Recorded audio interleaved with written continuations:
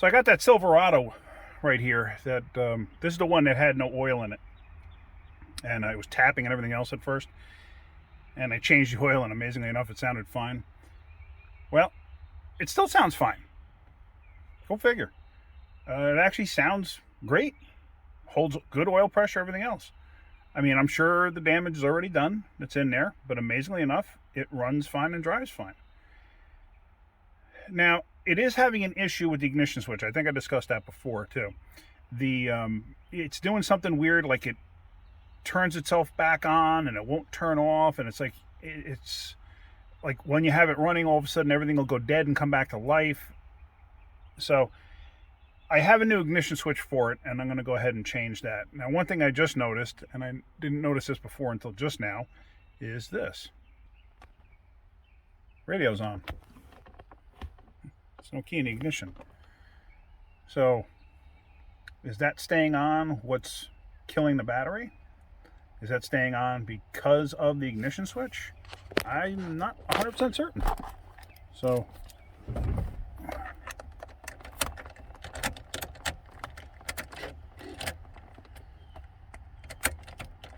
it's not changing anything, but that's never going dead or never going out. Now that should be controlled by the BCM. So is the BCM staying awake? I'm not sure. But I know I have a problem with the ignition switch. So let me go ahead and let me change out that ignition switch. Now I have the new one here. And yes, it is a CarQuest. Not the biggest fan of CarQuest, but here it is. And I've done a number of these over the years. Last one I did was about a year ago, I think. I'm not 100% certain I remember exactly how to do it. So let's go ahead.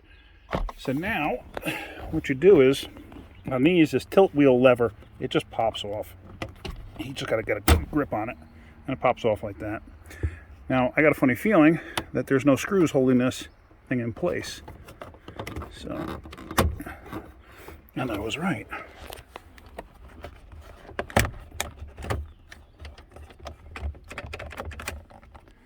So, basically, that's it. I got to take the covers off, so let me do that. And so there, the cover is off, and now this is held in place basically by the two little tabs. There's one there and one there, and this is just like a little cartridge that sticks up in place. Now if you notice the gear on top, there's a notch to it. That's basically to time it, to have it in the right position. So now what I want to do is I want to drop that out just to see what position it's actually in, because I'm really not even sure. So let's go ahead and do that. Actually, I don't even have my pocket screwdriver on me. Let me go get that. So what I'm going to do is I got to disconnect the wiring harness right there. Just see here again, trying to do this one-handed is a little bit of a pain. So let me just put the phone down for a second. And the connector is off right there. And it was just basically pushing that tab in and just getting it out. And now I have to push the two tabs up in here to get the switch to actually drop down. And here again, I'm going to have to use two hands. So it's spring loaded right there, and it's basically spring loaded right there. And at that point, I'll be able to drop it down. So let me release those two springs, and I'll get back on this. So there, I got the two tabs depressed. This one I pushed first, and I put a little pressure on it, and it was able to like hang down slightly, and that one basically went past the window. And then I pushed on that one through that little window opening there, and then got it to release. So now the whole thing just slides out. Pretty simple. Now, as you see, it's in a different position compared to the other one. So what I'm going to actually do is I'm going to turn this thing to the run position, because I'm curious what position this actually is. So let me turn this to the run position. It's not going to make a difference now because the electrical portion's not hooked up. So let me get that. See that? Now it just snapped up in place. So it's in there. So now what I'm going to do, I'm going to put this in the run position like that, and now I'm going to drop it back out. So let me depress those tabs again.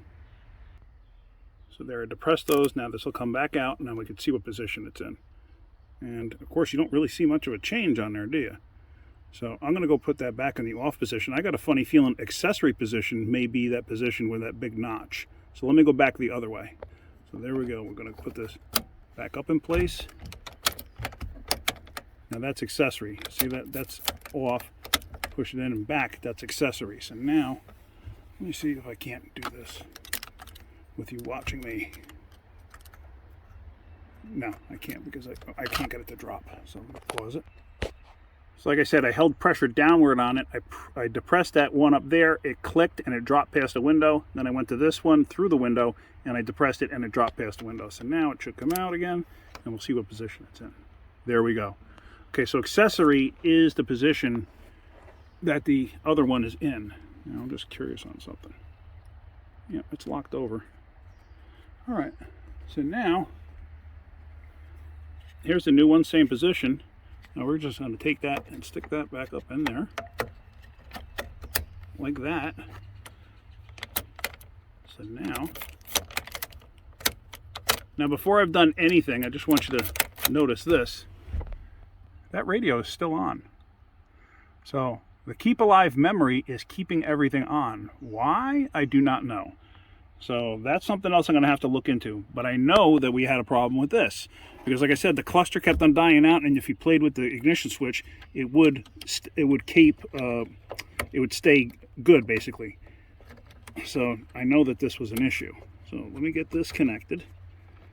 Here again, I can't do it one-handed. Yeah, it's too much of a pain. All right, so there we go. So now that everything's hooked up, check this out. As soon as I plugged it in, the radio went out. So maybe I guess it saw the signal to the BCM for that. I don't know. So let me just put the lower cover on. All the screws were missing, so I'm basically just going to snap it in place.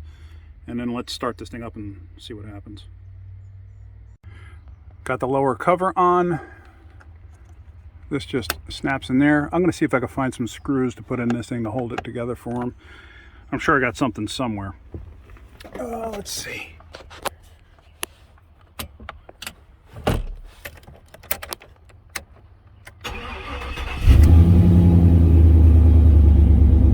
I'm sure you heard it didn't knock at all. It actually sounded fine. I'm going to hook the scanner up to it. I'm curious what the actual check engine light is on for. I've got service four-wheel drive that's always been on. So, yeah. All right, let me just hook the scanner up real quick, see what we got there. So the codes that we have are O2 heater circuit, bank 1 sensor 2, and engine misfire detected. I'm really not too concerned about either one because this thing had no oil pressure in it before, and I'm sure they're just stored codes. So I'm going to clear those out. I'm actually curious what the ABS code is. Probably a wheel speed sensor or something, or an output speed sensor. Let's see. Let's go back. Actually, I should. You know what? I should just clear the codes first. And it tells you to shut the engine off, but on a GM you actually don't have to. It'll clear the codes. Chrysler won't. Ford, some of them do. I'm going to go back to ABS. Darn bugs around here. The mosquitoes are killer. Let's see, current codes. Right front wheel speed sensor, open. Yep. There's nothing I'm going to do about that. Yeah, so it needs a wheel speed sensor probably. I don't think he's going to want to fix it. It's a work truck. I don't think he really cares. I'll mention it to him. But yeah, so that's it for now. I guess if you're getting anything out of my videos, I hope you are. If you're getting anything out of my videos, hit that like button. If you could, please subscribe. If you could, please tell your friends to subscribe. It would really help me out. Getting close to the 800 mark, and I need to be at 1,000. So that'd be fantastic once I get there. So, all right, everybody. Thank you so much. You have a great day, and keep wrenching.